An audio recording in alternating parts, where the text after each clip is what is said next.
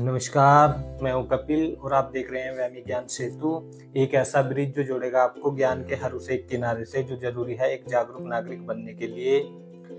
आज हम इस वीडियो में समझेंगे भारत के संविधान की प्रस्तावना आपने इससे पहले बहुत बार पढ़ी होगी, लेकिन आज हम प्रस्तावना में लिखे गए शब्दों का अर्थ तथा उनका भाव समझने का प्रयास करेंगे। और साथ ही साथ आपने रिसेंटली देखा होगा कि संविधान के दो शब्दों पंथ निरपेक्ष और समाजवाद को लेकर एक कंट्रोवर्सी भी हुई है। इसी वीडियो में हम समझने का प्रयास करेंगे कि यह कंट्रोवर्सी क्या है और ये कैसे पैदा हुई। तो आइए शुरू करते हैं। और इस वीडियो के अंत में हमने एक सवाल पूछा है, जो उस सवाल का जवाब देगा उसे मिलेगा एक गिफ्ट। तो वीडियो को अंत तक देखिए और सवाल का जवाब कमेंट सेक्शन में दीजिएगा। चलिए शुरू करते हैं वीडियो। अगर हम प्रस्तावना के शब्दों को पढ़े तो प्रस्तावना मेनली हमें चार चीजों के बारे में बताती है। नंबर एक, शक्ति का स्रोत, कि शक्ति कहाँ से आएगी, पावर ऑफ सोर्स बताएगा। नंबर दो, शासन का स्वरूप, कि जो भारत में शासन होगा वो किस प्रकार होगा। और नंबर तीन संविधान का स्वरूप, कि संविधान का स्वरूप क्या होगा। और नंबर चार, अंगीकृत की तिथि, यानी कि अधिनियमन की तिथि कि कब ये अधिनियमन किया गया, अंगीकृत किया। चलिए शुरू करते हैं। अगर हम बात करें शक्ति के स्रोत की, तो हम प्रस्तावना में पढ़ते हैं भारत के लोग, मतलब भारत के नागरिकों की बात हो रही है। मतलब जो शक्ति मिलेगी, जो संविधान को जो शक्ति मिलती है वो भारत के लोगों से मिलेगी, भारत के नागरिकों से मिलेगी। तो जो हमारी सत्ता होगी लोक प्रभु सत्ता होगी, पब्लिक सॉवरेनिटी। आगे बढ़ते हैं। अगर हम बात करें शासन के स्वरूप की, तो इसमें हम शब्द पढ़ेंगे। सबसे पहला शब्द आएगा संपूर्ण प्रभुत्व संपन्न राष्ट्र। इसका मतलब है हम किसी भी बाहरी नियंत्रण से मुक्त होंगे, free from any external control. अगर हम आगे देखें तो दूसरा शब्द आता है समाजवाद। समाजवाद या समाजवाद, समाजवाद की डेफिनेशन हमने टी.एस. नकारा केस 1983 से ली है, जिसके अनुसार जन्म से लेकर कब्र तक सुरक्षा मिलेगी, आय की असमानता कम की जाएगी, वंचित या मजदूर का कल्याण होगा। इसमें अगला शब्द आता है पंथ निरपेक्ष, मतलब सेक्युलर। इसका मतलब जे का कोई धर्म नहीं होगा, no state religion of nation, सभी धर्म के लोगों को समान अधिकार होंगे, equal rights for all religion. हम आगे बढ़े तो अगला शब्द आता है लोकतंत्रात्मक गणराज्य। इसका मतलब है राष्ट्र का जो प्रमुख होगा वो निर्वाचित होगा एक नियत समय के लिए।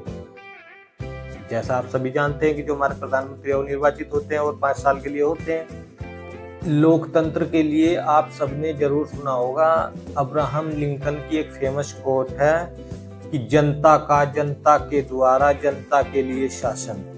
अब हम अगर संविधान के स्वरूप की बात करें तो इसमें जो पहला शब्द आता है वो आता है न्याय। न्याय, न्याय से हम क्या समझते हैं कि भाई सामाजिक न्याय, आर्थिक न्याय, राजनीतिक न्याय। इसमें आर्थिक न्याय से मतलब है कि सभी नागरिकों में आर्थिक असमानता को कम करने के लिए प्रयास किया जाएगा। आप सभी को पता है कि केंद्र सरकार या राज्य आर्थिक असमानता को कम करने के लिए स्कीम्स, योजना चलाते रहते हैं। आर्थिक न्याय से मतलब है कि नागरिकों की आर्थिक असमानता को कम करने के लिए कार्य किया जाएगा। आप सब जानते हैं कि राष्ट्र या केंद्र सरकार आर्थिक असमानता को कम करने के लिए योजनाएं बनाती रहती है। और राजनीतिक न्याय से मतलब है कि सभी नागरिकों के मतों, वोट का अधिकार एक समान होगा। धर्म, जाति, लिंग, रंग और जन्म स्थान के आधार पर कोई भेदभाव नहीं किया जाएगा। न्याय में आगे अगर हम देखें तो आर्थिक आधार पर कोई भेदभाव नहीं किया जाएगा, वर्गों के समान राजनीतिक अधिकार होंगे। इससे आगे अगर हम बात करें तो अगला शब्द है स्वतंत्रता। अब स्वतंत्रता किस चीज की स्वतंत्रता होगी? इसमें हम बात करें तो विचार की स्वतंत्रता होगी, यानी कि सोचने की, चिंतन की, मनन की स्वतंत्रता होगी। फिर आगे अभिव्यक्ति की स्वतंत्रता होगी। अभिव्यक्ति मतलब अपने विचारों को प्रकट करने की स्वतंत्रता होगी। विश्वास, किसी भी विचारधारा को मानने की स्वतंत्रता होगी। फिर अगर आगे बात करें तो उपासना को व्यवहार में लाने की स्वतंत्रता होगी।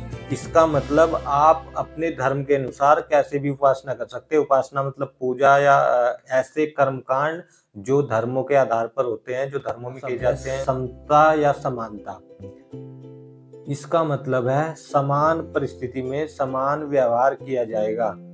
ये आप अच्छे से समझते होंगे कि अगर परिस्थिति समान होगी तो व्यवहार समान किया जाएगा। इसके बाद शब्द है प्रतिष्ठा। प्रतिष्ठा का मतलब है कि व्यक्ति की गरिमा का अधिकार होगा, समान अवसर का अधिकार होगा। आता है बंधुत्व, कि देश की एकता और अखंडता को बनाए रखना होगा। 26 नवंबर 1949 को अधिनियमन किया गया या अंगीकृत किया गया अधिनियम। अब हम बात करेंगे कि क्या प्रस्तावना में संशोधन किया जा सकता है या नहीं। अगर हम देखें तो संविधान के भाग 20 का आर्टिकल 368 संविधान के संशोधन की बात करता है। मतलब अगर प्रस्तावना संविधान का भाग होगी तो संशोधन किया जा सकता है, और अगर नहीं है तो नहीं किया जा सकता। लेकिन इसके लिए संविधान के निर्माताओं ने कोई सीधा या स्पष्ट जवाब नहीं दिया। फिर हमने देखा कि संविधान के निर्माताओं ने प्रस्तावना को संविधान की कुंजी कहा। कुंजी मतलब चाबी और संविधान मतलब ताला।